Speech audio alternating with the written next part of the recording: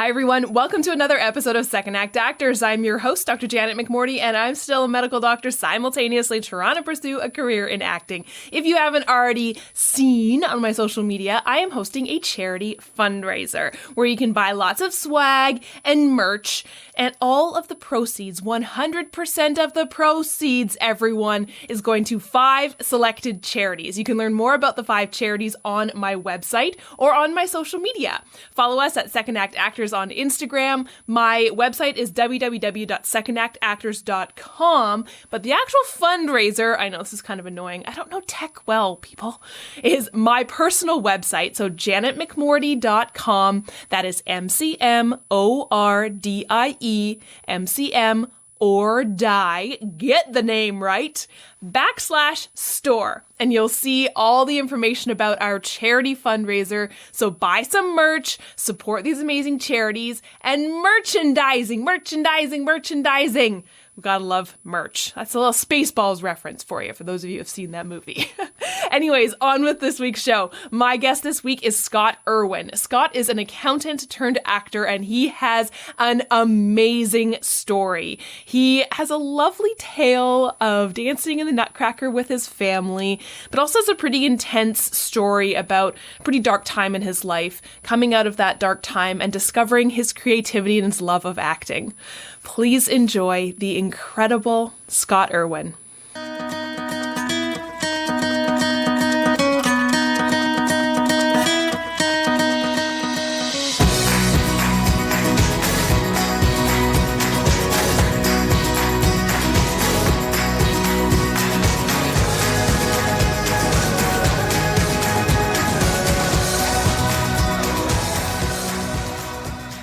So remind me again, whereabouts are you located? I will usually just cut this out. I'm located in Central California.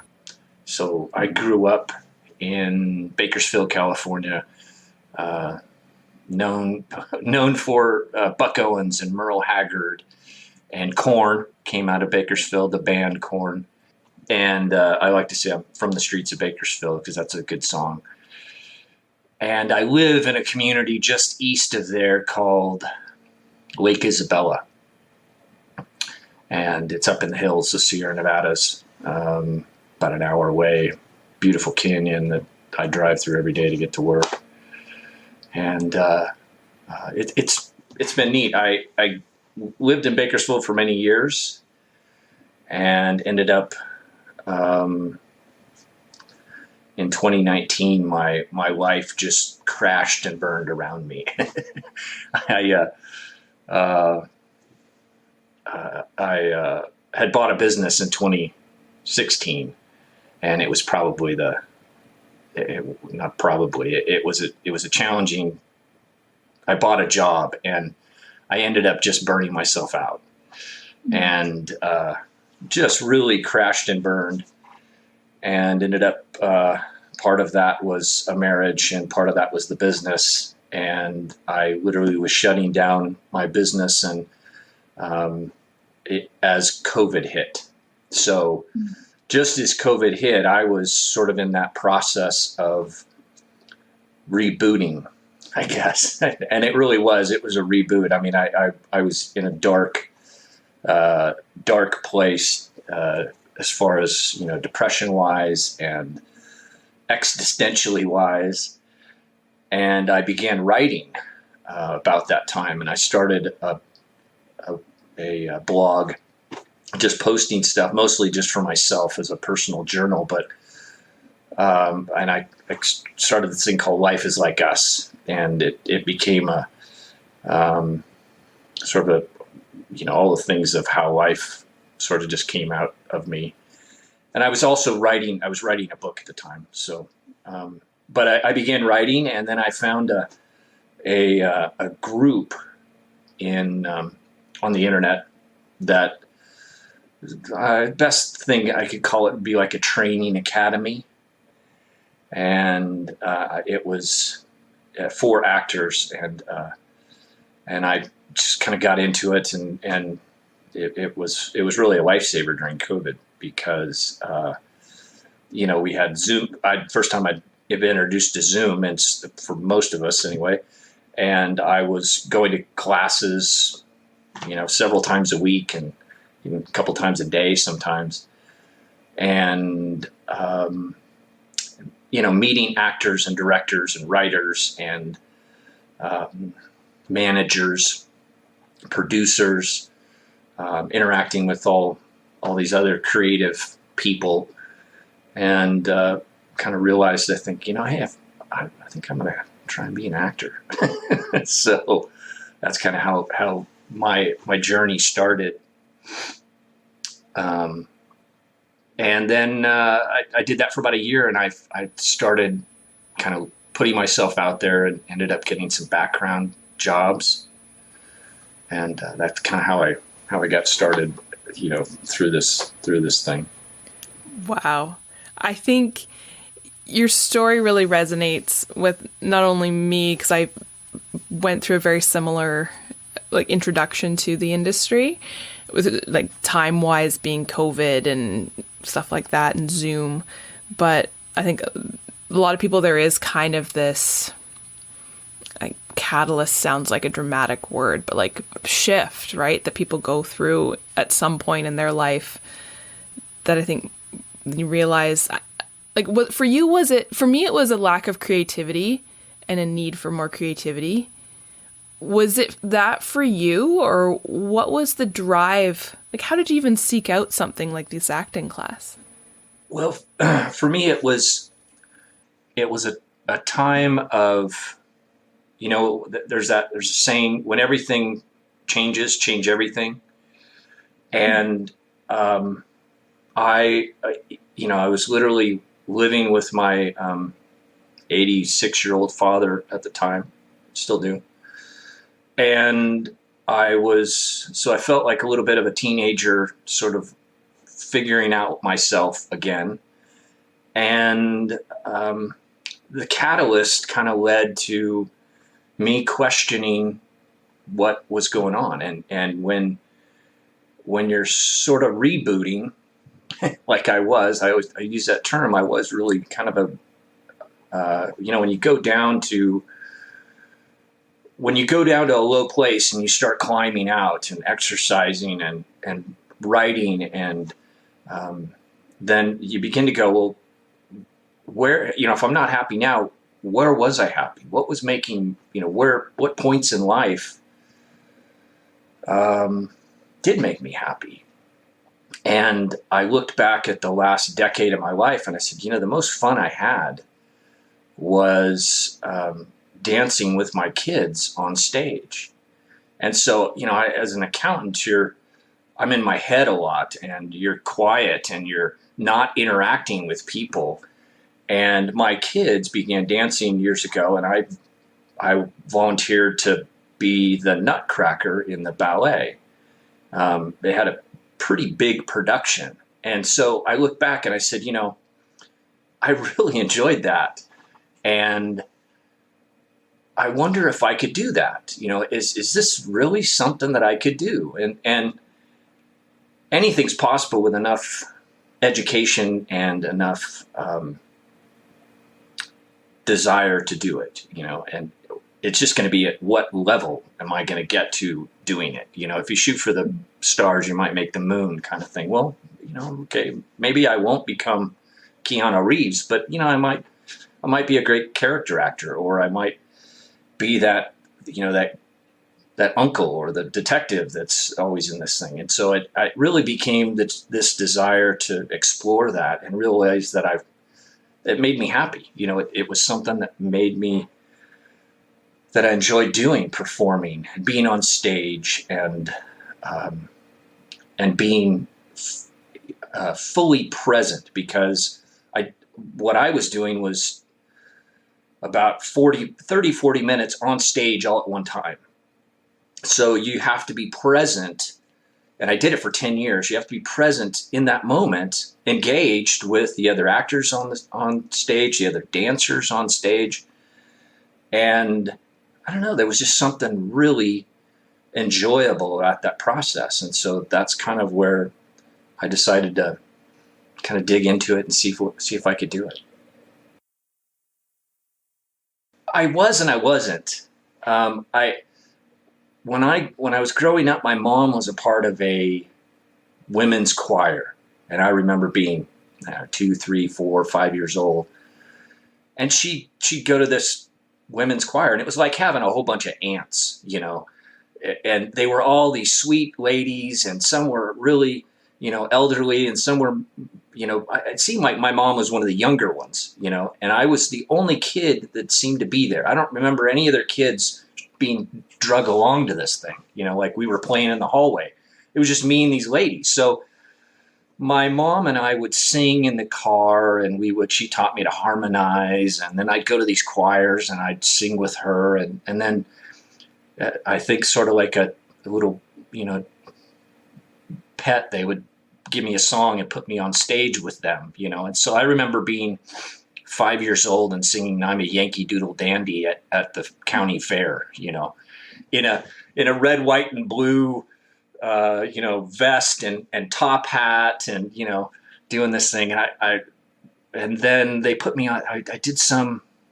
There was some local channel programming, kind of a Woody's Toy Circus he owned a toy store in town, and he had this show, and for some reason they got on it, and they put me on there, and I was singing "All I Want for Christmas is My Two Front Teeth," and I remember my mom literally drawing hieroglyphics to teach me the song.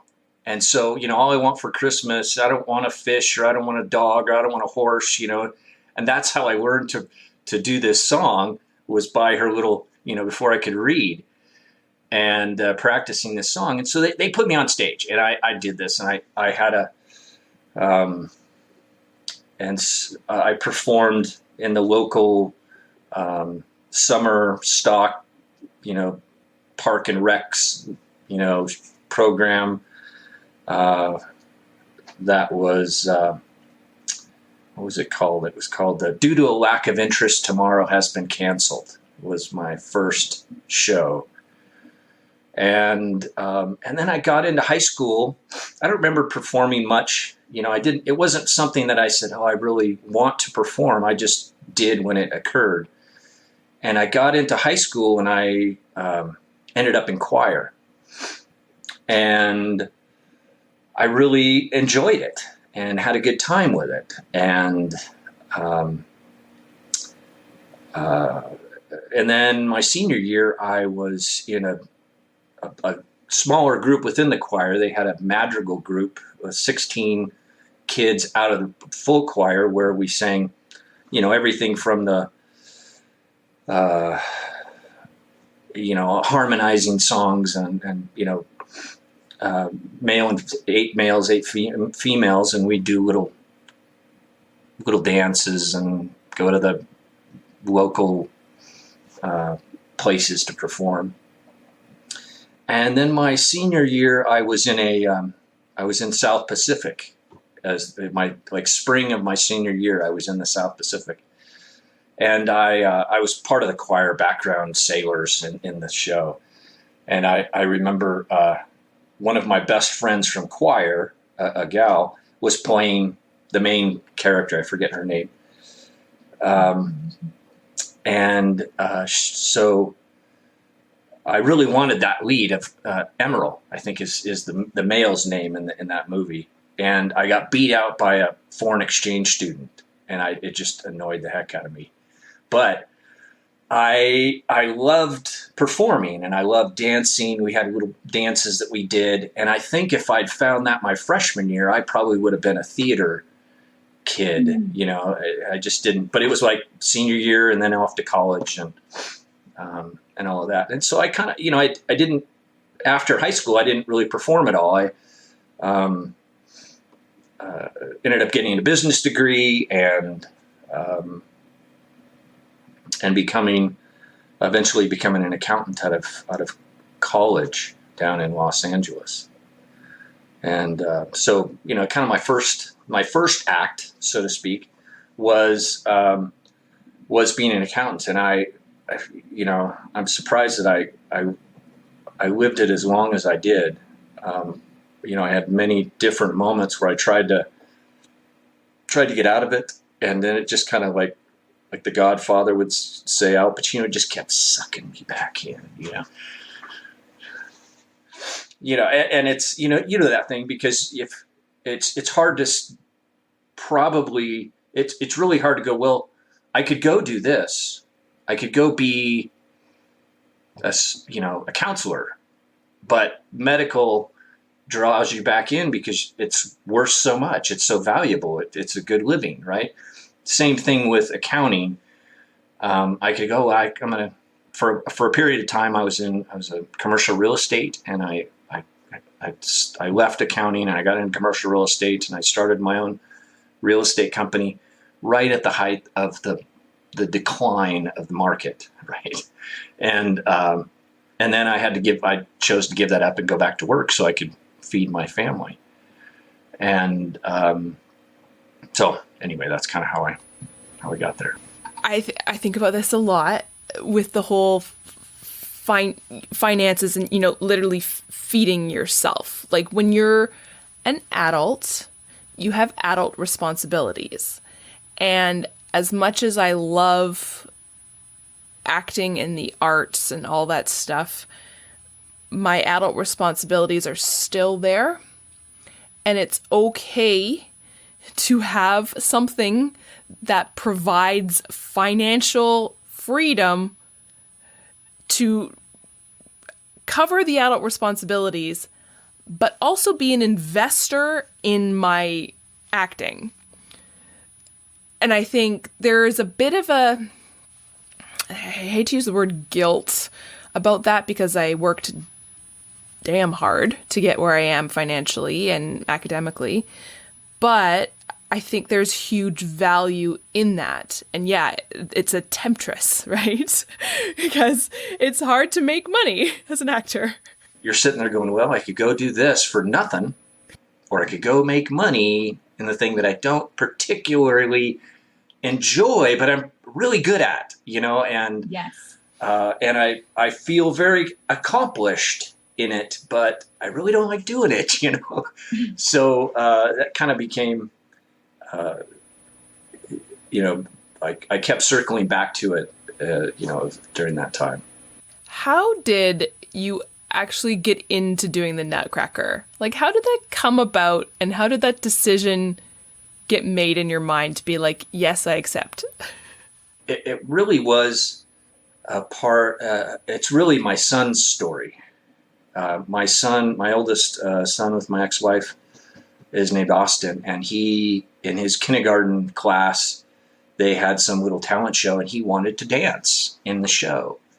And so he convinced some other kid in his class to dance with him, and they got up on stage and danced to this show. And we, it was kind of one of those, we come in and we're in the little gym there, and we're all sitting on, metal chairs and watching this thing, and he gets up, and the other kids just sort of, dancing a little bit, and my son's boogieing around the stage, and we kind of said, well, I guess he's a dancer. Wow, that's cool. He was just having all this joy doing it. And about a year before that, he went to, his mom took him to a show. I want to say it was a Princess and the Pea, local community show near our home. And he said something about, I'd really like to do that. That's kind of cool. But then we had settled back in our hometown of Bakersfield, and he had, I think they had started dance lessons, and they had gone to the studio's performance of the Nutcracker. And it was my wife and him, and probably the other kids were there, but he watched the whole show, and he turned to her afterwards and said, I'm going to do that. I've got to do that. And she said, what, dance in the ballet? Yeah, there's not enough boys. And, because all the girls would play the boys' parts in the party scene and all this. And so, okay, so he got into it, and the other two younger kids started getting into it as well.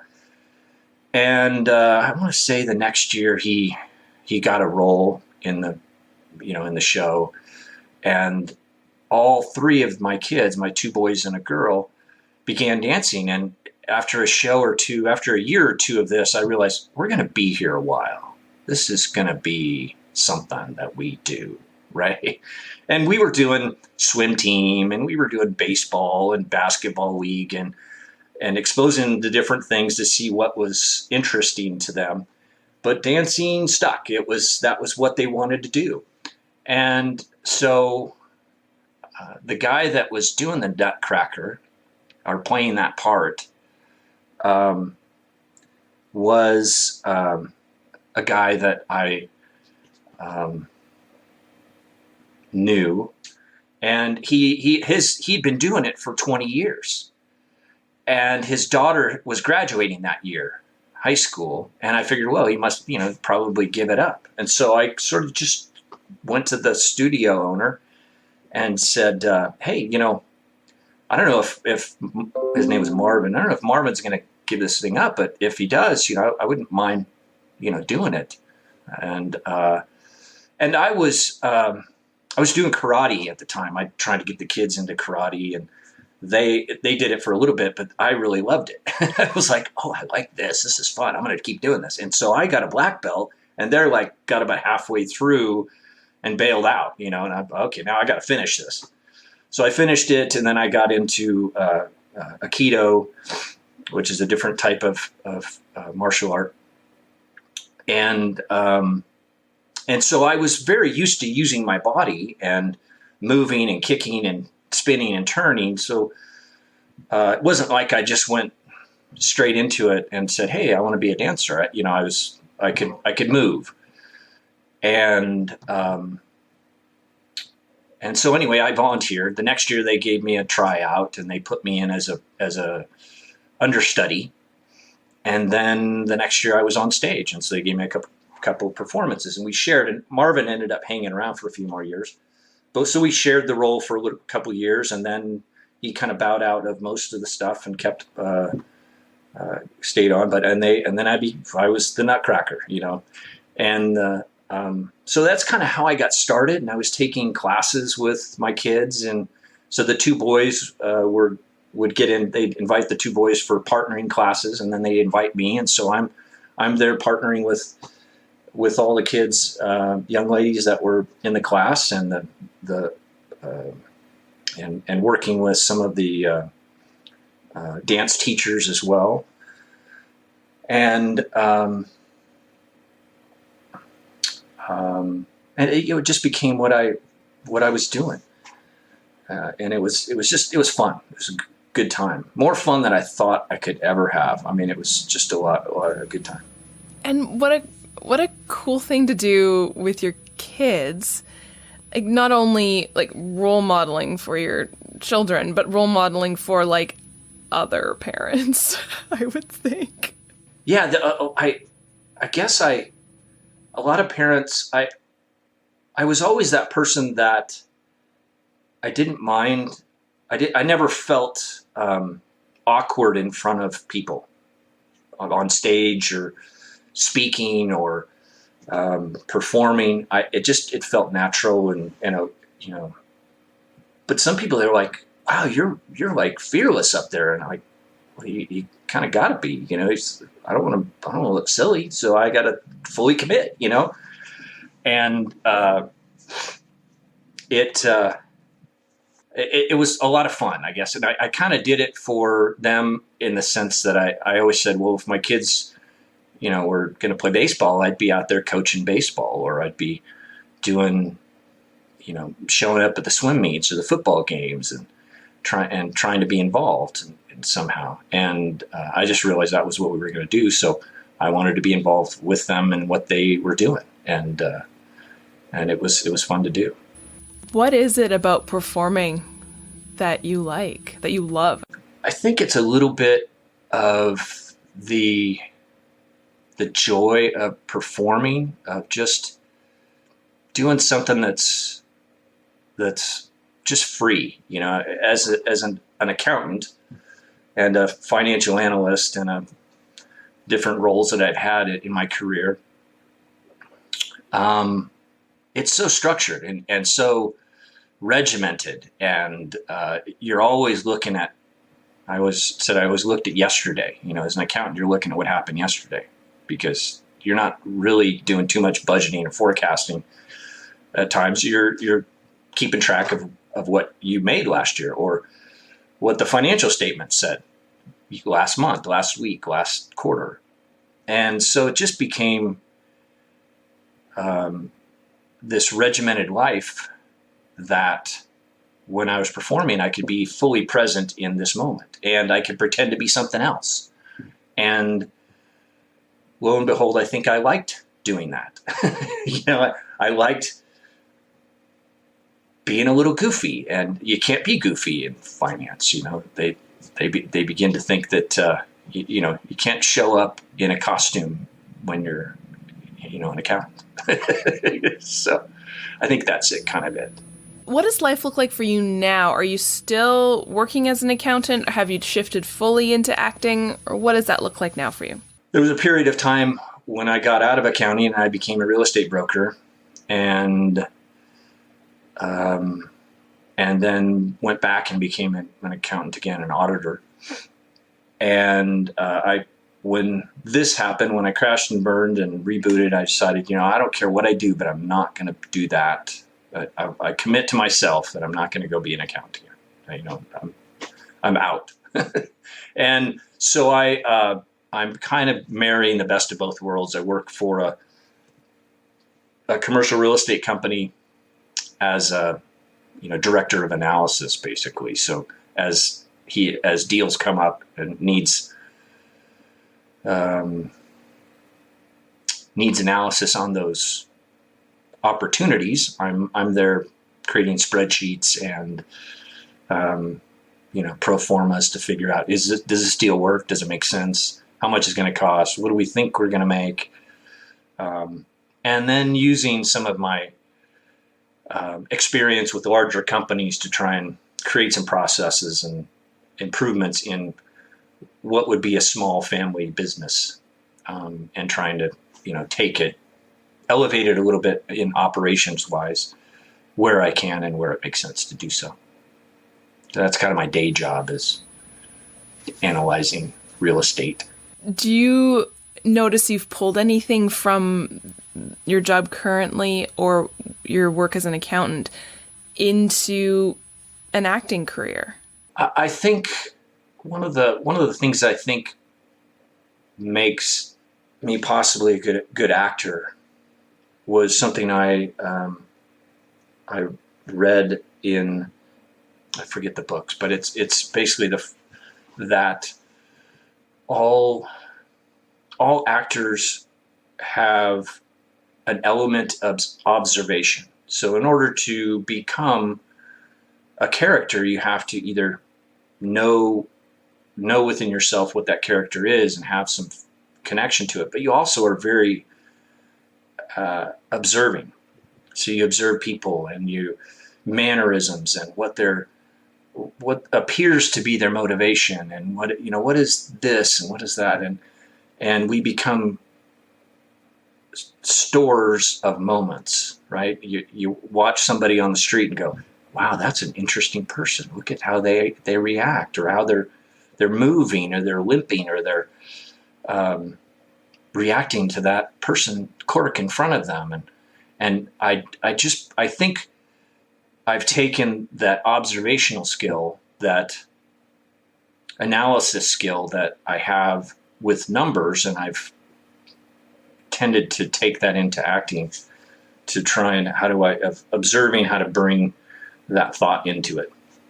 And I think that comes with life experience as well too, right? You've experienced and observed, just by the nature of being on this earth for longer, you've observed people and stuff and felt things. I'm not a great actor in the sense of knowing all the different techniques that are available to people, but we draw from our experience, and the more experience that we have, the pain that we feel, we can put into a character, and the joy that we felt in different moments, we can, and we can bring that process forward into our character, and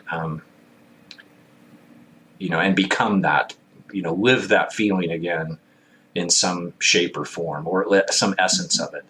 But also the things that we haven't necessarily lived, trying how do we observe those things in other people and bring that into that role. When I talk to people who went to theater school, about what the advantages are, a lot of them speak to the technique, right? They learned Meisner, Uta Hagen, they read Chekhov and all this stuff, and can pick it out in different classical theater things, which is lovely. But I think that's great. But if you can't actually hone in a technique for yourself, it doesn't matter if you know the masters, right? Like, I have the Janet McMorty technique of just having lived my life and witnessed life in front of me. And I'm not saying that there's one way that's better or worse or anything like that. I'm kind of jealous that people got to go to theater school. It sounds like it's a lot of fun. But yeah, I think that's great that you can label something, but if you can't feel it, it's just another academic exercise. Acting is not pretending, it's being, right? It's getting into that character and being that character, and whatever gets you there is your technique. And some people have had the benefit of years and years of classes, and some of us have to wing it, like, okay, I think this is it, and this, and by nature of being the second act of things. And I've done a little research, enough to know that my style is more along the lines of Meisner and his techniques, of not necessarily having to, become that. I don't think I could be a method actor. It's strange enough to live in my own head. I don't want to live in somebody else's for that long. So I like just being able to turn on that character and step into it for a moment and then turn it off and get out of it. Yeah, and I think that also can come with, again, life experience, is recognizing what you need as a process. And everyone will tell you that their process is the best way and the only way and the true way and all that stuff. But I think the life experience gives us the advantage of saying, no, I know what works for me because I know what's in my head and I know who I am as a person. And this is what I need to flourish and be as authentic, genuine, and real as an actor. Mm-hmm. Is there anything that you've noticed has surprised you about acting or the entertainment industry in general? What's really surprises me about the entertainment business is, as much of a process of years and years that it takes to get a movie made or a show made, and the amount of time that goes into the writing and the planning and the producing, that being the actor seems like the last step. I'm just surprised how I'll get a notification, or I'll see something that says, okay, you have an audition, do a self-tape, but it's got to be in 24 hours or 36 hours, or tonight. Aren't they, can't they give you a day or two to think about it?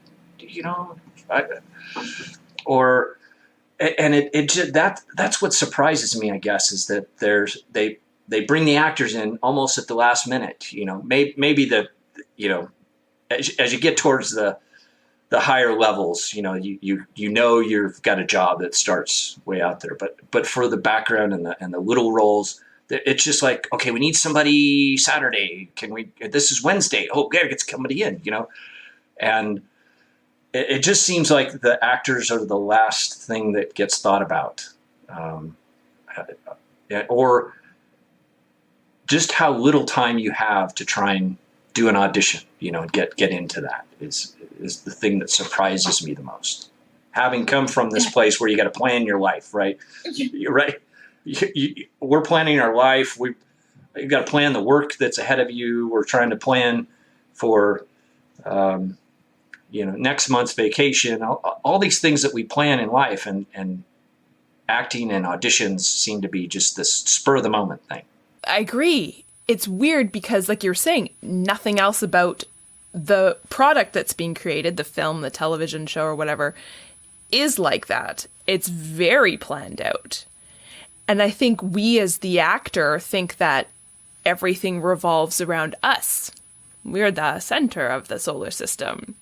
When really, it's brutally obvious when you're on set and everyone's like, nah, get out of the way. How you are just this little cog, an important one, an essential one, but a very small cog in a huge wheel. I saw that and learned that a lot when I was dealing with the Nutcracker, because I did it for 10 years, and there were, hundreds of kids in this show. So they'd have a couple different casts so they'd have backups for different roles.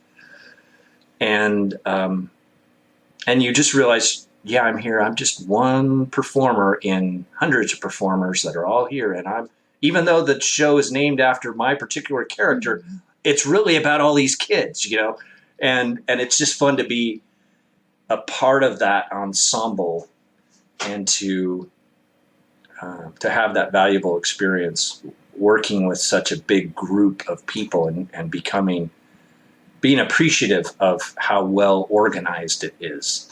And, but even that, the auditions were in the summer for the December show, and so it becomes this thing that you're gearing up for. And then to go start auditioning and you realize, wow, they're going to film on Saturday and they're auditioning for me today on Wednesday. Wow. That's really. Yeah. Film and TV is a different beast, I find, I know, than compared to theater. And also I find it's interesting because in theater, you kind of envelop and become more into the character because you can. You have this time and you're with this.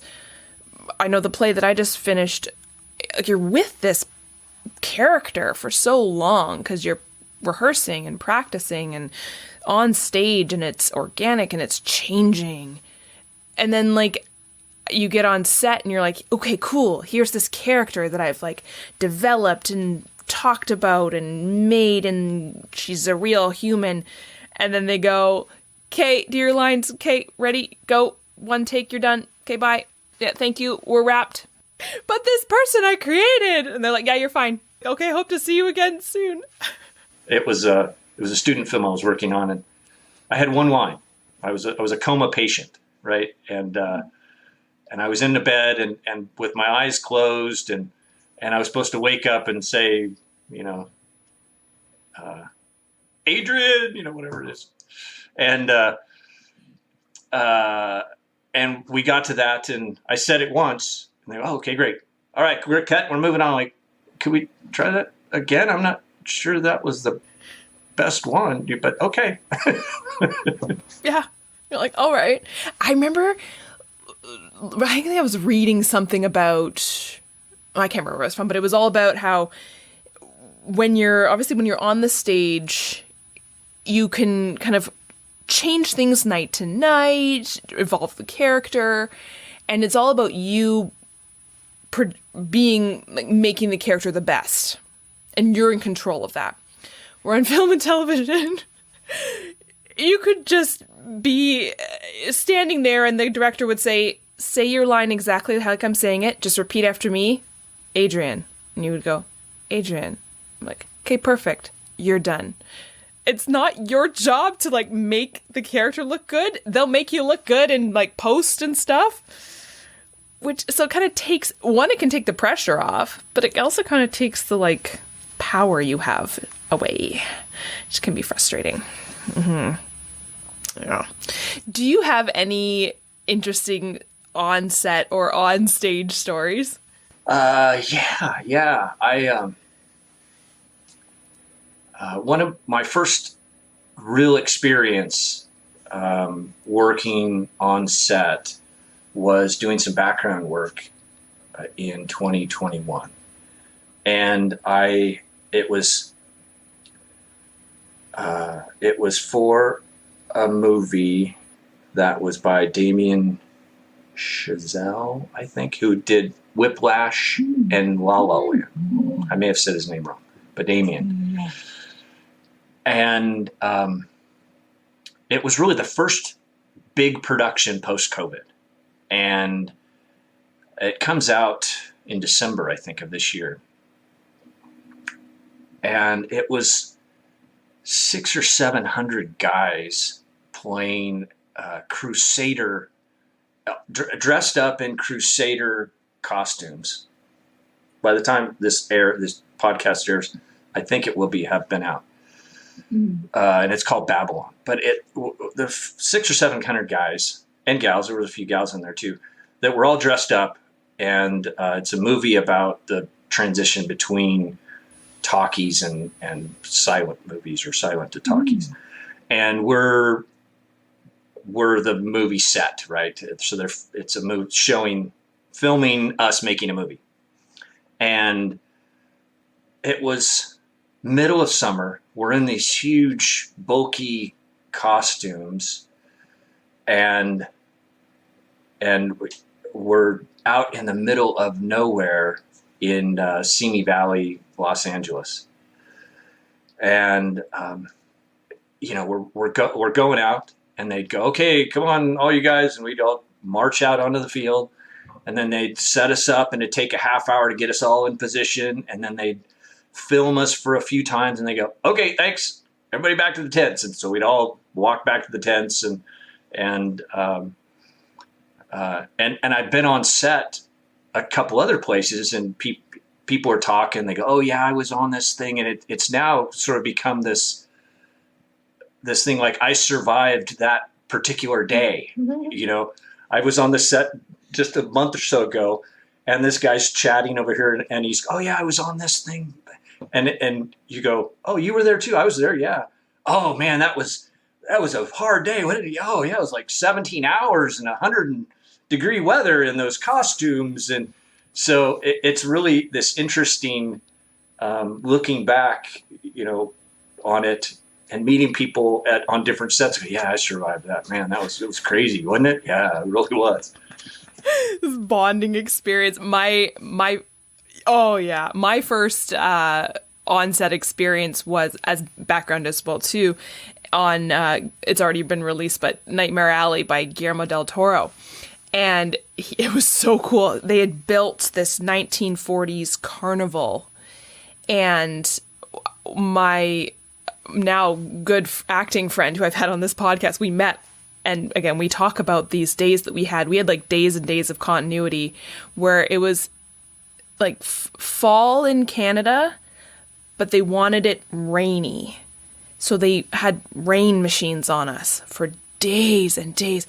We had like heat pack, those like shaking heat packs that you put in your gloves, like stuck to our bodies.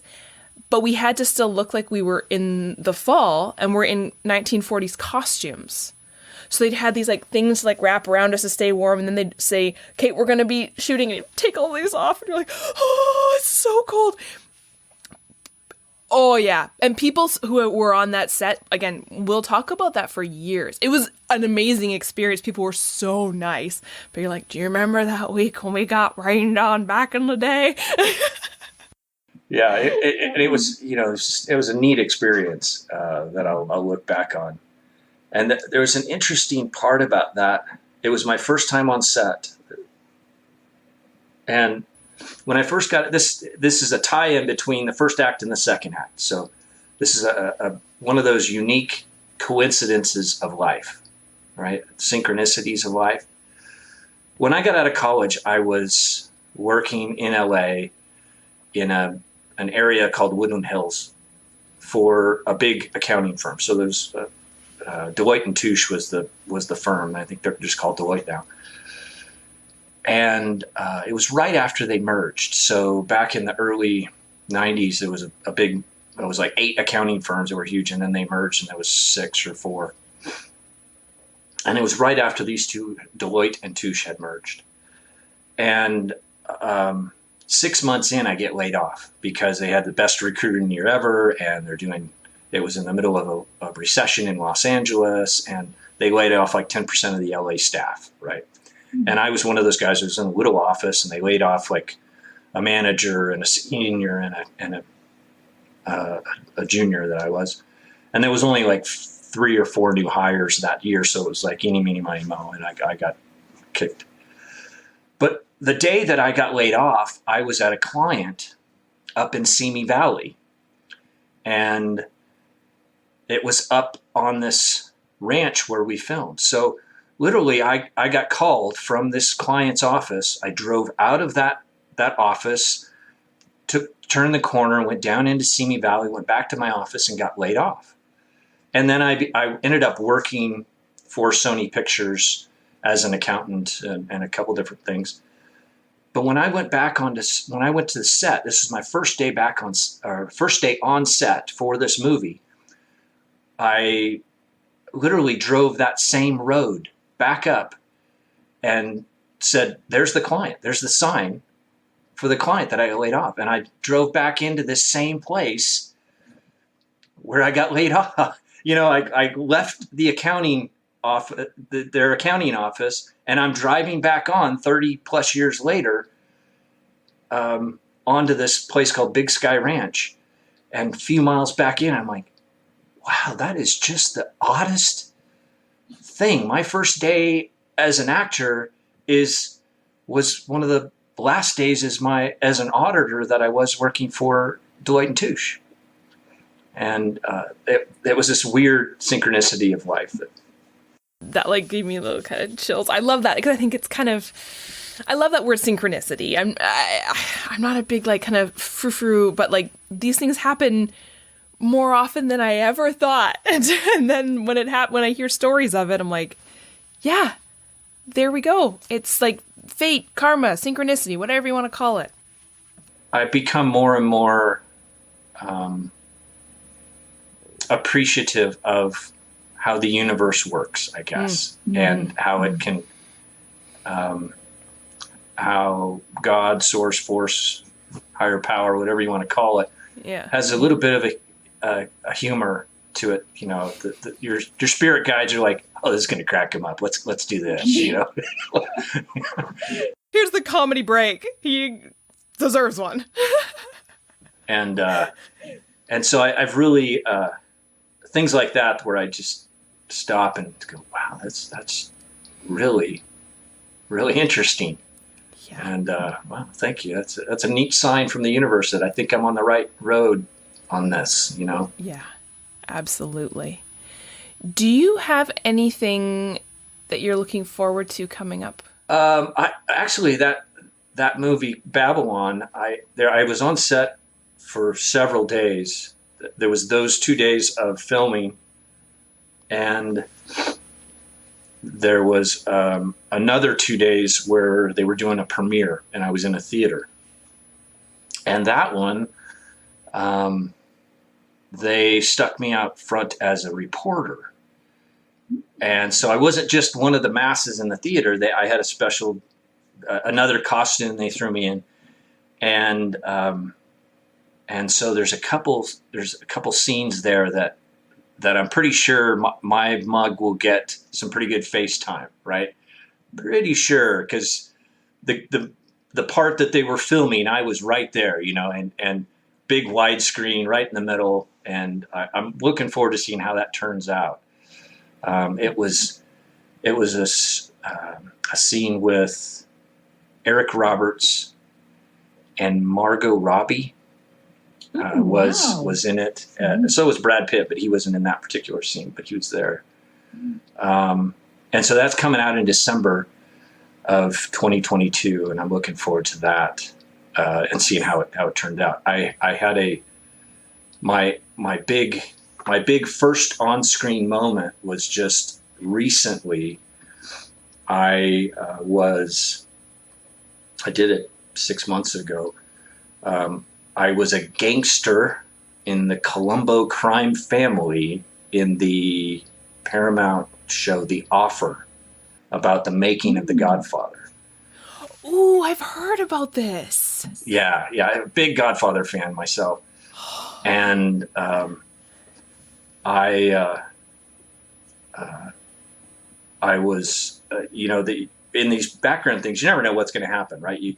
You're out there and they go, hey, we need somebody to do this. And they'll grab somebody that's closest to them and they'll throw them into that particular thing. And this was, I was just a theater goer as a crime family. What the story was that when they made the movie, they needed the crime family's blessing. And they all wanted to come to the premiere, and they couldn't have the gangsters coming to the Hollywood premiere or the New York City premiere. And so they set them up in a theater and gave them their own screening of the movie. And so that was this particular scene of all the gangsters coming in and in the theater.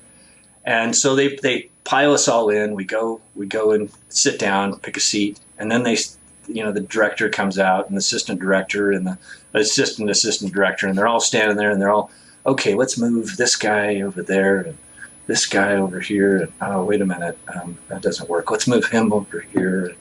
And they're kind of, mix and matching costumes and people and male and female. And somehow I end up, right down front, sitting next to the crime boss with, smiling and elbowing him, and I got a brief moment on screen. So I'm like, hey, there I am.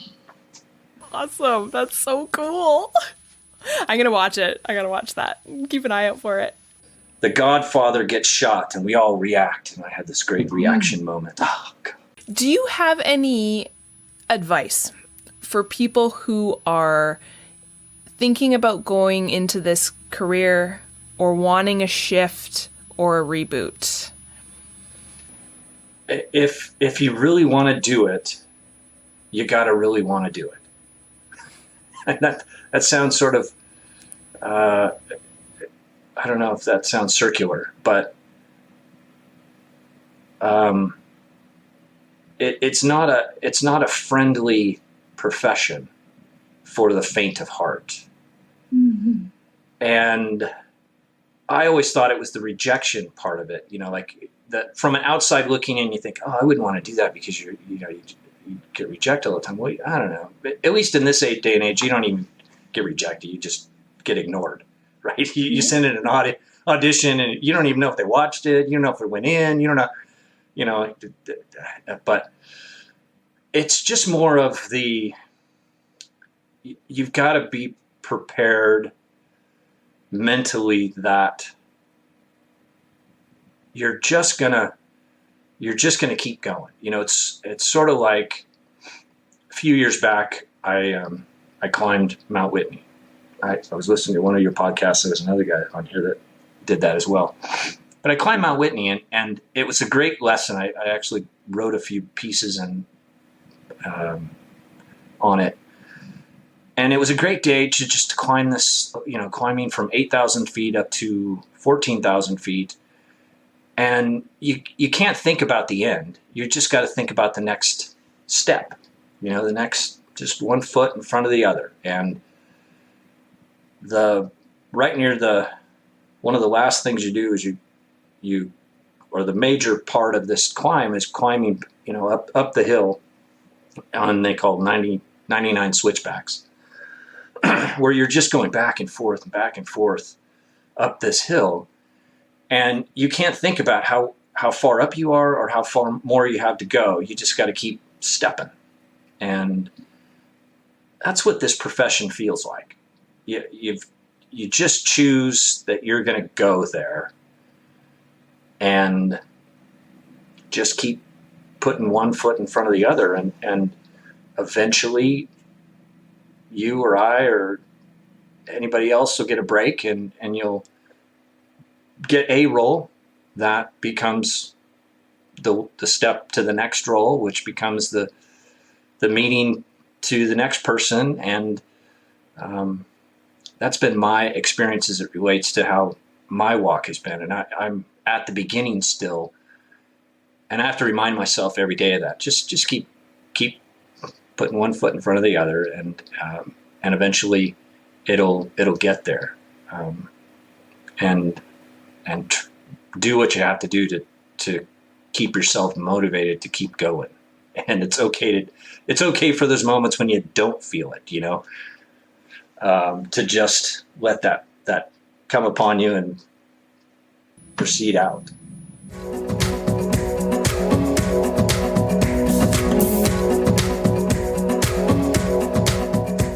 Thank you, everyone, for tuning in, and thank you, Scott, for sharing your story with us. Thank you so much for being so vulnerable. Just an absolute joy to talk to. I hope you will all tune in next week for another episode of Second Act Actors, and buy some merch, support charities, do some good in this crazy world. I hope you'll tune in next week. Bye. Hi everyone, Janet McMorty here. This week's episode is sponsored by Shaw Insurance and Financial Services Incorporated. If you are looking for someone to help you with your short and long-term financial goals, retirement and estate planning, or corporate and life insurance and investing, give Mitchell Shaw at Shaw Insurance Financial Services Incorporated a call today. Everybody, this guy is the real deal. He is my financial guy. Mine. I trust him with my hard-earned money. He understands artists. He's a creative like us. He likes improv and video games. He is not your parents' finance guy. He understands you as a creative and how important your hard-earned money is. He also understands that a lot of us didn't go to finance planning school. I went to medical school. I know how to do medical things. I don't know anything about money. A lot of you went to theater school and don't know anything about money, and that's fine. That's why he exists. He understands you and your creative brains. Give him a call, 705-325-2511. Together, you and Mitch will review your current financial picture and establish a plan to achieve your short and long-term goals. This is for Ontario residents only. Give him a call. Mitchell Shaw is his name. He's my finance guy. He's fantastic. Tell him I sent you. 705. Yes, it's a 705 area code. He's up north here with me. 705-325-2511. Get your finances in order. Money is important for society. We don't have a barter system. You cannot barter your acting skills. I wish we could. Second Act Actors is produced and edited by me, Janet McMorty. Theme music by Guillaume. Additional sound editing by David Studio. Additional video editing by Jackie Wadoer. Show notes written by Sarah Hopkinson. I record using Riverside FM. If you're interested in developing an interview-based webcast like mine, I highly recommend this platform. Shoot me an email and I'll direct you to the wonderful folks there. If you or someone you know is interested in being a guest, email me at secondactactors@gmail.com. Don't forget to like, subscribe, and share with your friends. My love language is words of affirmation, so compliments, constructive criticism, and feedback are always welcome and encouraged. Negative Nancys, Judgy McJudgersons, or Debbie Downers, unless you're Rachel Dratch, regarding me or my guests are not welcome. It takes serious courage to share your story with the world, so if you're tempted to negatively comment about someone else's story, please ask your therapist why you're such a garbage person. Save the drama for the stage. On that happy note, I hope you'll tune in next week for another episode of Second Act Actors. Bye!